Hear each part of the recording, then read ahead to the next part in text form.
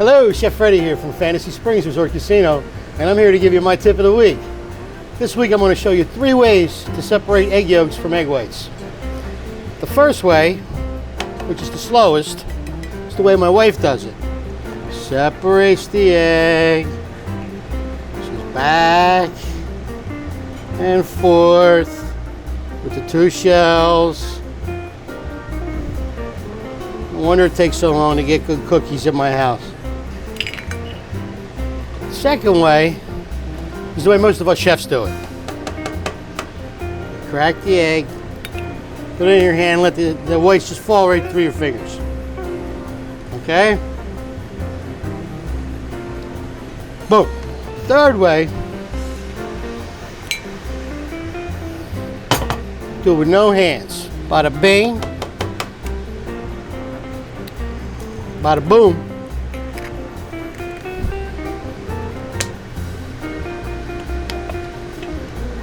And that's 3 ways to separate egg yolks from their egg whites. This is Chef Freddy from Fantasy Springs Resort Casino. I'll see you next week. Forget about it.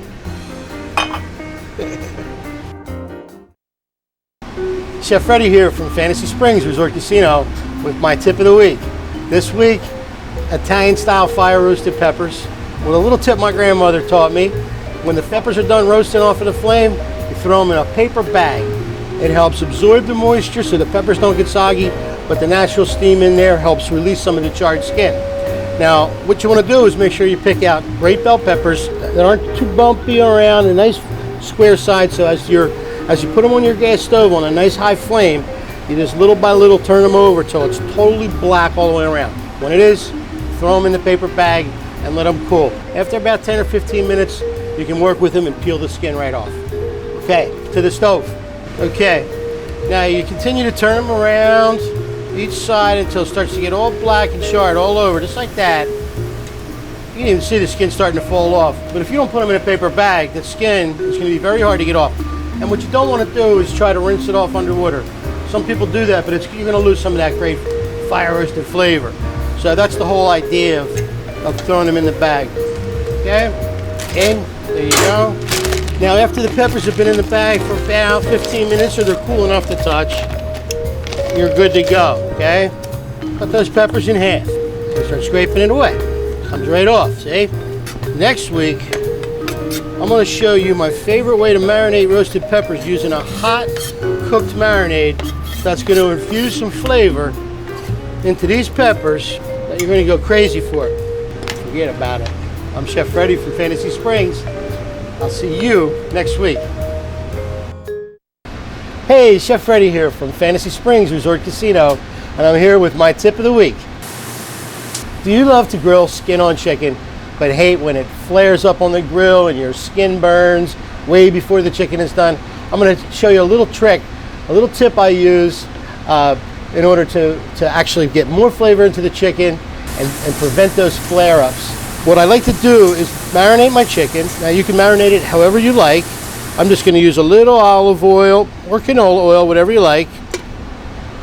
I like a little cider vinegar, a little fresh herbs, a little Italian flat leaf parsley, fresh rosemary, a little salt, of course a little pepper, a little garlic powder, and then one of my favorite ingredients is smoked paprika. And the tip is, before you grill it, you want to bake your chicken for about 10 to 15 minutes on a low oven. Just par bake it. What this does is it naturally draws out the excess fat, but it also helps with the heat to infuse all the flavors of the marinade into your chicken. So you end up with a better tasting chicken and a much crispier skin that doesn't get burnt. So into the oven it goes. Okay, so after cooking for about 10 to 15 minutes on about 300 degrees, take it out, then you can let it rest a little bit, then it's time to go into the grill. You're gonna love that crispy skin. I'm Chef Freddy, forget about it, and I'll see you next week. Chef Freddy here from Fantasy Springs Resort Casino, and I'm here to give you my tip of the week. You go out to a restaurant, most restaurants these days, you like mashed potatoes, most restaurants will serve roasted garlic mashed potatoes. Okay, well, I like to do roasted shallot mashed potatoes, and I'm going to tell you that it's much more mild. It doesn't give you that garlic breath. It's not so everyday common. And the key is to get fresh shallots still in their skins. What you want to do is you want to roast them in the oven. All you have to do is put a little oil. It doesn't have to be olive oil. It could be canola oil. And you're going to put them on a good roasting sheet pan. And then you're going to put them in the oven for about 15-20 minutes, 325 degrees. Take them out and let them cool. Then what you're going to do is you're going to pop those shallots right out of their skins, put them into a food processor. Now that's one piece of equipment you do need, and puree them. That puree can then be put into a cup. It can be put into the refrigerator. You could use it at a later date. You could fold it into other pureed vegetables or other dishes or other recipes. But once you have your fresh mashed potatoes, you just take a spoonful of that roasted shallot puree and add it to your recipe, your favorite recipe for mashed potatoes. And I think you're gonna stop eating garlic mashed potatoes. I'm Chef Freddy, Fantasy Springs Resort Casino, and I will see you next week.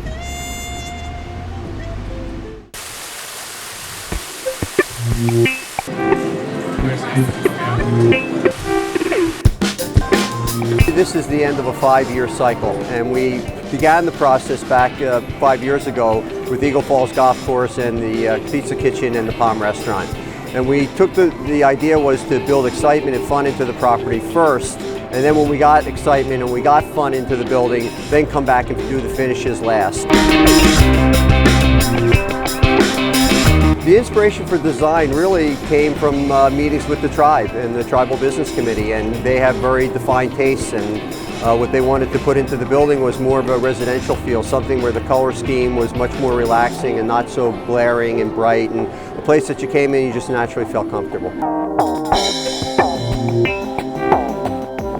The major components were that we took every piece of soft good out of the building. We started by taking all the slot aisles, the casino floor renovation, the table game pits, and we started with a clean slate of paper and complete redesign of all the gaming activities. And then after that we went in, we added an Asian piece, high-end Asian gaming pit, and all the chairs, all the slot stools, carpet, ceiling, column treatments. It was everything from soup to nuts. So when you walk into the building now, it's a completely different casino than it was a year ago.